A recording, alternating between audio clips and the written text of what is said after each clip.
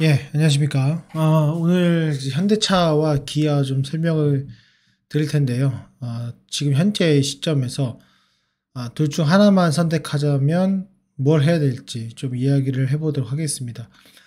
현대차를 갖고 계신 분들이 기아를 가지고 있어도 되고요. 기아를 갖고 계신 분들 현대차를 갖고 있어도 되는, 어떻게 보면 상당히 유사한 포트폴리오를 갖고 있습니다.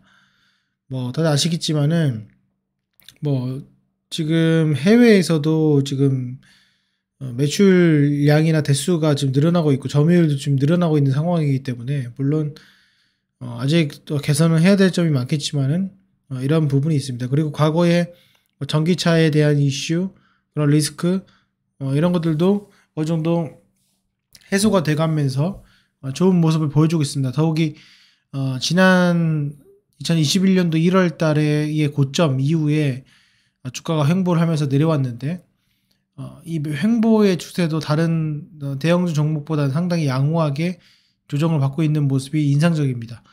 일단은 뭐 두 종목에서 어떤 것들을 선택하는 거는 뭐 개인의 취향이겠지만은 좀 객관적으로 좀 하나씩 살펴보도록 하겠습니다. 어쨌건 뭐 목표가 하향이라는 그런 뉴스는 아직 안 나왔고요. 지금 기아 보시게 되면은 영업이익률 자체가 8%대가 나오고 있고, 이제 부채 비율은 80%대입니다. 그리고 현대차 같은 경우에는 영업이익률이 한 6%대에서 좀 차이가 납니다. 그래서 실질적으로 은행 이자를 받는 것과 현대차 기아를 갖고 있는 것과의 차이를 봤을 때 상당히 애매할 정도의 낮은 영업이익률을 보이고 있습니다. 어쨌건 뭐 그거는 그렇고요. 지금 매출액이 계속해서 늘어나고 있습니다. 지금 뭐 보시면 아시겠지만은 10에서 20% 정도의 매출액 상승 효과가 계속적으로 나고 있고, 영업이익도 상당히 좋은 모습을 보여주고 있습니다. 현대차뿐만 아니라 기아도 마찬가지입니다. 기아도 늘어나고 있는 모습 보여주고 있습니다. 현재 위치에서 우리가 기술적 분석으로 좀 봤을 때 두 가지 공통점 중에 하나는 이제 기아와 현대차의 외국인 순매수입니다. 외국인이 기아가 최근에 좀 매도세가 있었지만은 5월달 정도만 하더라도 어마어마한 매수세가 들어왔습니다. 보시면 아시겠지만 4월달, 5월달 8만 원대 부근에서 매수세가 들어왔는데요. 그 매수세의 위치는 여기에 해당됩니다. 이 부분에 해당이 되고요. 최근에 좀 매도세가 있었고 다시 매수를 할 것이다 라는 그런 생각을 하고 있습니다. 그리고 고점 대비 봤을 때는 10만 원의 라운드 피겨와 고점 대비 하락폭 20% 이고요. 현재 위치는 이미 과거 코로나 이전 시점으로 떨어진 것이 아니라 아직까지도 추세가 살아있는 몇 안 되는 그런 종목이라고 할 수 있습니다. 그리고 현대차 같은 경우에는 코로나 이전으로 돌아왔습니다. 그래서 코로나 이전 시점으로 돌아왔고, 다만 다른 것들보다도 다른 것들은 높이가 한 요 정도 있는데 지금은 그래도 현대차도 많이 올라와 있는 모습을 보여주고 있습니다. 그리고 매매 동향에서도 현대차는 역시 마찬가지로 외국인이 순매수가 들어오고 있고 기관 순매수가 좀 들어오고 있는 상황입니다.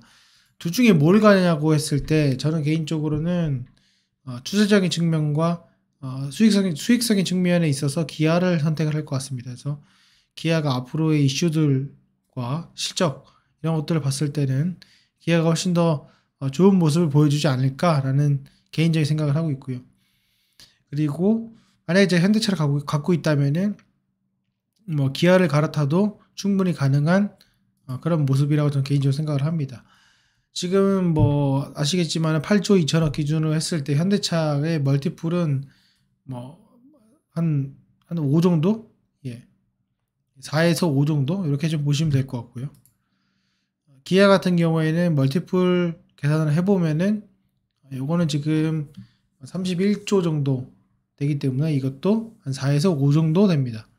이렇게 보시면 될 것 같아요. 근데 전반적인 시가총액 자체가 기아 같은 경우에는 30조, 그리고 현대차 같은 경우에는 36조입니다. 그래서 전체적인 시가총액 자체는 보시면 아시겠지만은 유사합니다. 근데 이제 상장 주식수가 현대차 같은 경우에는 기아랑 좀 비교를 해봤을 때 기아가 월등히 지금 많죠?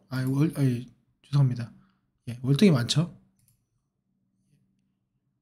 기아가 훨씬 많죠. 그래서 그런 것들을 봤을 때는 거래량이 좀 도는 그런 종목을 선호한다면은 이제 기아가 맞겠지만은 좀 더 보수적으로 가기 위해서는 현대차가 낫지 않나 생각이 듭니다.